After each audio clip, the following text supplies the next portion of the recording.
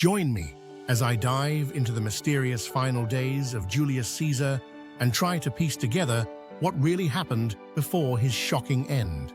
Julius Caesar, the Roman general and statesman, left an indelible mark on Roman history, shaping the course of the empire and leaving a lasting legacy that still fascinates us today.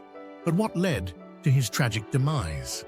In the twilight of his reign, a complex web of politics, power struggles, and deceit converged, setting the stage for one of history's most infamous assassinations. Rome's political landscape was a tinderbox of alliances and rivalries, with Caesar's dominance and populist reforms making him both beloved by the people and feared by the ruling elite. Senators like Cicero and Cato eyed him warily, suspicious of his growing power and the perceived threat to the Roman Republic. Meanwhile, his own allies and generals, such as Mark Antony and Emulus Lepidus, jockeyed for position, seeking to curry favor and advance their own ambitions.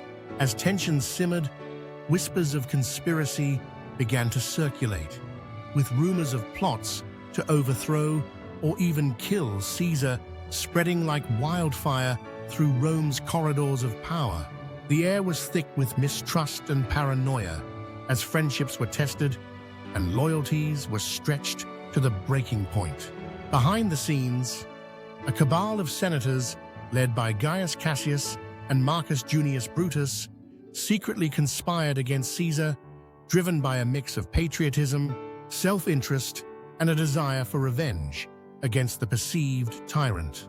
As Caesar's power reached its zenith, he began to consolidate his grip on Rome, taking on dictatorial powers and appointing himself consul for life.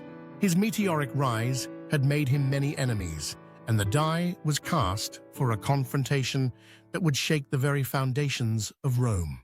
Caesar's relationships with his allies and enemies alike were a labyrinth of intrigue and manipulation.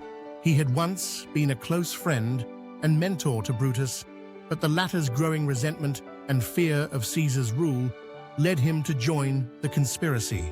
Meanwhile, Mark Antony, Caesar's loyal lieutenant, would become a crucial player in the events that unfolded.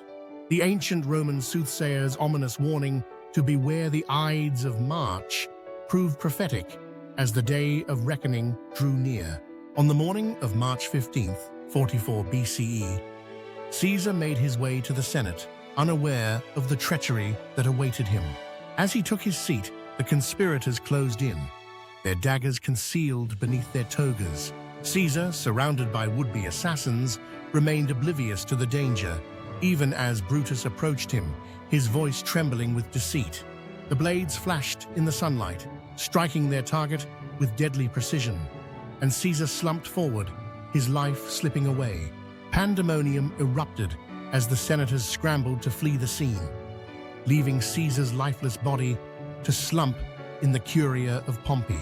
The Ides of March had claimed its most famous victim, sending shockwaves throughout Rome and beyond. The aftermath of Caesar's assassination would have far-reaching consequences for Rome and the world.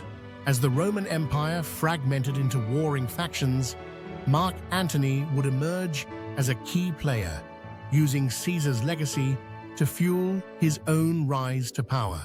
The Roman Republic would stumble towards its eventual demise, and the course of history would be forever altered. As we reflect on Julius Caesar's final days, we're left to wonder what might have been if fate had dealt him a different hand. What do you think about Caesar's legacy? Share your thoughts in the comments below. And if you're hungry for more Roman history, be sure to check out our video on the rise and fall of the Roman Empire.